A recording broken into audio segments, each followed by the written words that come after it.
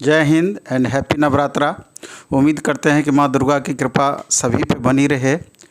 और अगर आगे देखें तो रेलवे ग्रुप डी का हुबली जोन का जो डेट आपका बचा हुआ था उसको भी 6 से 10 अक्टूबर तक डेट दे दिया गया। और रेलवे एनटीपीसी लेवल 6 का वेरिफिकेशन चालू है।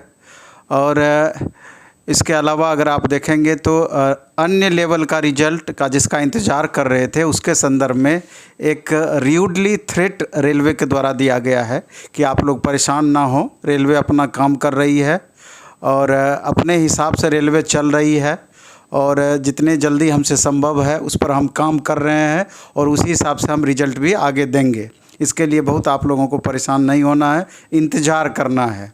रेलवे का कहने का सारांश यही है।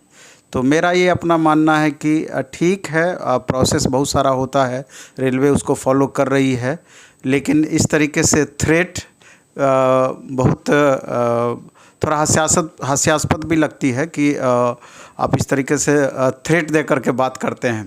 खैर जो भी हो, रेलवे का ये कहना है कि पहले लेवल 6 वो क्लियर कर लेगी और उसके बाद लेवल 5, लेवल 4, 3, 2 इस तरीके से आगे बढ़ेगी। और हमको लगता है कि इन सारे प्रोसेस में निश्चित रूप से टाइम तो लगेगा, क्योंकि अभी लेवल 6 का वेरिफिकेशन स्टार्ट हुआ है। सारे 21 रेलवे भर्ती बोर्ड इसका वेरिफिकेशन करेगी। फिर उसमें जो बच्चों से ऑप्शन लिया जाएगा कि आप लेवल 6 का जॉब करना चाहते हैं या नहीं करना चाहते हैं। करना चाहते हैं तो फिर उसको वेरिफिकेशन का प्रोसेस आगे बढ़ा रही है, नहीं करना चाहती है उसके बारे में फॉर्म भरा रही है। अगर आप नहीं करना चाहते हैं तो दूसरे लेवल में अगर आपका रिजल्ट है तो फिर उस लेवल तक आपको पहुंचना होगा। तो कहीं ना कहीं एक बार इस प्रोसेस को करके क्लियर करेगी या फिर कट ऑफ थोड़ा सा डाउन करके बाकी जो जितना भी सीट वैकेंट रह जाएगा उसको पूरा करेगी। तो स्वाभाविक है कि इसमें समय लगेगा आपका। और ऐसा नहीं है कि सारा का अब जो स्थिति दिख रहा है रेलवे का कि सारे लेवल का वो क्लियर करके उसके बाद ज्वाइनिंग कराएगी। अब ये प्रतीत होता है कि लेवल बाय लेवल जैसे क्लियर करती चली जाएगी, उसको ज्वाइनिंग भी लगातार भेजती चली जाएगी। पहले लेवल 6 क्लियर कर लेगा, उन बच्चों को ज्वाइनिंग का प्रोसेस स्टार्ट कर देगा, फिर सेम लेवल 5 में करेगी, 4, 3, 2 में इस तरीके से करेगी। तो थोड़ा सा टाइम तो निसंदेह इसमें लगेगा आपका। हाँ, ऐसा होता कि सारा लेवल को जल्द अगर क्लियर हो जाता, अगर उसके बाद आप ग्रुप डी का फिजिकल पीईटी आप लेते, रिजल्ट दे देते, कोई बात नहीं है, 3 गुना बच्चों को आप बुला रहे हैं। अगर उसके बाद आप पीईटी लेते तो निसंदेह और अधिक रेलवे ग्रुप डी के बच्चों को इसका लाभ मिलता। एक बात और होना चाहिए कि जो वेटिंग को समाप्त करने की बात कही गई है, 1:1 में रिजल्ट देने की बात कही गई है, तो यहाँ पर थोड़ा सा परेशानी है। ये कहीं ना कहीं बच्चों के साथ अन्याय निश्चित रूप से है।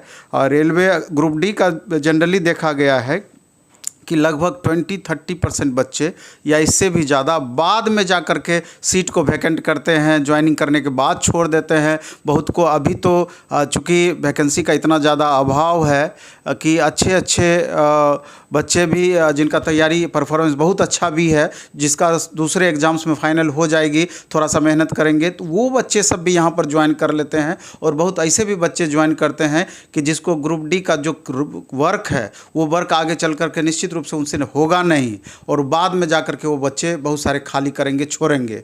तो ऐसे उन बच्चों से भी आग्रह होगा कि आप पहले वर्क के नेचर को समझ लें और अगर लगता है कि आप आगे टिक नहीं पाइएगा तो अभी छोड़ देना आपके लिए उचित होगा। इससे किसी अन्य बच्चे का भी भलाई हो जाएगा।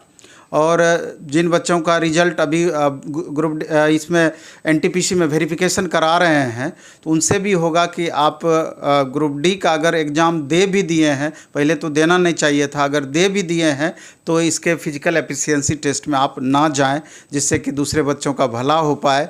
और तीसरा, रेलवे का भी कहीं ना कहीं जो स्थिति अभी दिख रहा है कि पहले सारे लेवल को वो क्लियर कर दें, उसके बाद फिजिकल एफिशिएंसी टेस्ट बाद में लेंगे ग्रुप डी का, तो जाके ग्रुप डी के बच्चों को और ज़्यादा फ़ायदा हो जाएगा। नहीं तो बहुत सारे बच्चे संदेह में कि कहीं हमको कोई तरह का प्रॉब्लम नहीं हो जाए वो एग्ज़ाम दे चुके हैं।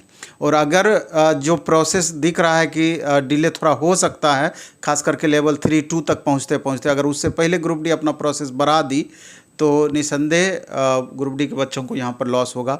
मेरे ख्याल से तो ग्रुप डी का एग्ज़ाम जो फिजिकल लिया जाएगा इसके बाद लेना चाहिए, तो उन बच्चों को ज़्यादा फ़ायदा हो पाता है, क्योंकि यहाँ पर वेटिंग नहीं देने की बातें कही गई है।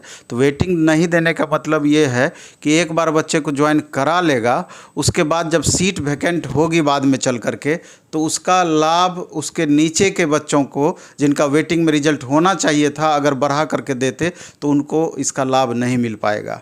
तो यहाँ पर एक दिक्कत है। तो कहीं ना कहीं बोर्ड को इस पर पुनर्विचार भी करना चाहिए कि अगर एक तरीके से देखेंगे तो ये साधारण डिसीजन नहीं है। बोर्ड तो सीधा सीधा दिखा दी कि उसकी ज़रूरत ही हमको नहीं पड़ेगी। जिस समय स्टूडेंट का प्रोटेस्ट हुआ था तो उस समय सीधा इनका कहना था कि उसकी ज़रूरत ही नहीं पड़ेगी, हम सारे सीट को ऐसे ही फुल कर देंगे। तो ऐसे कैसे फुल कर दीजिएगा? जो बच्चे बाद में जा कर के छोड़ेंगे उसका आपके पास क्या ऑप्शन है? तो यहाँ पर सोचने वाली ये बात है। और जिस तरीके का आप देख रहे हैं कि रेलवे जो जिस प्रोसेस पे आगे बढ़ रही है, तो टाइम तो लगना है ग्रुप डी का भी। हालांकि कई चीज़ अभी एक साथ चल रही है। अभी ग्रुप डी का आपका एग्ज़ाम चल रहा है, रेलवे का वेरिफिकेशन चल रहा है, रेलवे का अन्य रिजल्ट की तैयारी चल रही है। तो रेलवे का भी अगर समझें तो रेलवे अपने काम में लगी हुई है। लेकिन अगर चाहती तो इसको दूसरे रूप में पहले ही थोड़ा सा वेटिंग का ये 1.5 गुना अगर रिज़ल्ट दे देती रेलवे, और 1.5 गुना रिज़ल्ट दे करके तब ये वेरिफिकेशन अभी कराती, तो दोबारा कट ऑफ को थोड़ा सा डाउन करके फिर दोबारा प्रोसेस करने की ज़रूरत नहीं पड़ती है, जैसा सब दिन से होते आया है। पोस्ट ऑफ प्रेफरेंस तो आप लिए ही थे। तो लेकिन ये रेलवे अपने हिसाब से चलती है, और उस हिसाब से हम लोग को भी सारे स्टूडेंट को भी फॉलो करना पड़ेगा, उस पर विश्वास करना पड़ेगा, उस हिसाब से चलना पड़ेगा। और इस तरीके से जो रेलवे गाइडलाइन अपना बीच बीच में जारी करते रहती है कि इस चीज़ पर ध्यान न दें, रेलवे को काम करने दें, तो काम करने तो दिया ही जा रहा है, इसमें परेशानी कहाँ है। लेकिन ये बात दूसरा है, आप इस बात को भी समझिए कि अगर रेलवे का ये प्रोटेस्ट अगर नहीं हुआ रहता तो क्या लगता है कि जो अभी देख रहे हैं रेलवे मोशन में काम कर रही है और जिस हिसाब से अभी काम कर रही है उस हिसाब से काम होते रहता। हम लोगों को तो इस पर संदेह है कि हमको नहीं लगता है कि इस तरीके से हो पाता। इसलिए सीधा सीधा बात समझती नहीं है, बाद में जब बच्चे उग्र हो जाते हैं तो फिर जा कर के बाद में झुकना पड़ता है रेलवे को। खैर जो भी हो, रेलवे अभी जो भी नोटिस दी है हम लोगों को उसका सम्मान करना चाहिए, देखना चाहिए कि कितने दिनों में इस प्रोसेस को फुलफ़िल करती है, पूरा करती है। और आगे हम कहना चाहेंगे कि चूँकि जिन बच्चों का एग्ज़ाम ग्रुप डी का हो चुका, जिनका संजोग से एनटीपीसी में इस बार सिलेक्शन नहीं हो पाया है, तो आगे बहुत सारी वैकेंसीज अपकमिंग है। चूँकि इलेक्शन 2024 में सेंट्रल में होना है, स्टेट में भी कई स्टेट में 2025 में इलेक्शन होना है, बिहार में भी 2025 में इलेक्शन होना है। तो वैकेंसी का जिस तरीके से सुगबुगाहट तेज़ हुआ है और जिस तरीके से वैकेंसी की बातें कही जा रही है, तो वैकेंसियाँ तो आएंगी, ऐसा नहीं है कि वैकेंसी नहीं आएंगी। हो सकता है कि राजनीतिक रूप से ही जो डिसीजन ये लिया जा रहा है, लेकिन फ़ायदा स्टूडेंट को यहाँ पर होना है। अभी जिस तरीके से आप देख रहे हैं कि बिहार सिविल कोर्ट की वैकेंसी आई हुई है, 7,500 प्लस सीट है, तो ठीक ठाक सीट है। वहाँ पर भी देखा जाए तो ड्रॉबैक कि 4 अलग अलग पोस्ट में चारों में अलग अलग फॉर्म भरना होगा। वहाँ पर भी देखेंगे कि 800 रुपया करके उसका फ़ी है, और एक में 600 ग्रुप डी वाले पोस्ट में, प्यून वाले पोस्ट में। तो देखेंगे तो कुल मिलाकर अगर चारों पोस्ट स्टूडेंट भरेंगे तो 3,000 रुपया देना होगा, 3,000 रुपया लगेगा। तो ये कहीं ना कहीं उचित बातें नहीं है। आप एक बार में एग्ज़ाम ले लेते, वहाँ पर भी रेलवे की तरह पोस्ट ऑफ प्रेफरेंस चारों पोस्ट का ले लेते, तो मेरे ख्याल से काम चल जाता। अलग अलग 4 बार एग्ज़ाम लेने की ज़रूरत नहीं थी। और उसमें भी आप देखेंगे स्टेनोग्राफर का जो पोस्ट निकाला हुआ है, वहाँ पर हिंदी और इंग्लिश दोनों में आपको शॉर्ट हैंड चाहिए। अथवा रहता है कि जो हिंदी सीखते हैं वो इंग्लिश नहीं सीखते हैं, इंग्लिश जो सीखते हैं हिंदी नहीं सीखते हैं। चूँकि अपने आप में एक सीखना ही टफ लगता है, तो दोनों में तो स्वाभाविक है कि परेशानियां होंगी। और उसमें भी एक 3 नंबर का पोस्ट जो है वहाँ पर, तो उसमें भी हिंदी और इंग्लिश दोनों में टाइपिंग देना है। तो यहाँ पर भी थोड़ा बच्चों को दिक्कत रहती है कि बहुत कम ऐसे स्टूडेंट हैं कि दोनों में शॉर्ट हैंड सीखते हैं और दोनों में टाइपिंग करते हैं। तो यहाँ पर भी थोड़ा परेशानी है। खैर जो भी है, इसके अलावा अभी बिहार SSC +2 लेवल की वैकेंसी आ सकती है, अगर बिहार के संदर्भ में हम देखें।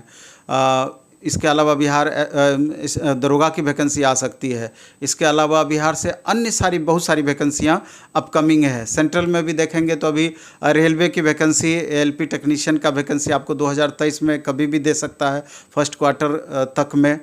और इसके बाद फिर आरपीएफ, एसआई, आरपीएफ, सिपाही, इसके अलावा जेई सीनियर सेक्शन इंजीनियर, और इसके अलावा एसएससी का भी देख रहे हैं कि 20,000 पोस्ट की वैकेंसी आपकी दे दी है, जिसका दिसंबर में एग्ज़ाम होना है। ये अलग बात है कि थोड़ा सा इसके सिलेबस में पहली बार एसएससी में इतना बड़ा बदलाव किया गया है, इंग्लिश और मैथ के वेटेज को घटाया गया है। तो यहाँ ये भी बातें सोचना है कि अगर यहाँ इंग्लिश और मैथ के वेटेज को घटाया गया है, कहीं ना कहीं बैंक के इक्विवेलेंट लाने का प्रयास किया जा रहा है। तो रेलवे में भी आने वाले दिनों में जिस तरीके से आप देख रहे हैं सीईटी इम्प्लीमेंट करने की बातें कही जा रही है, तो मे भी कि वहाँ इंग्लिश को ऐड भी आपका कर दे।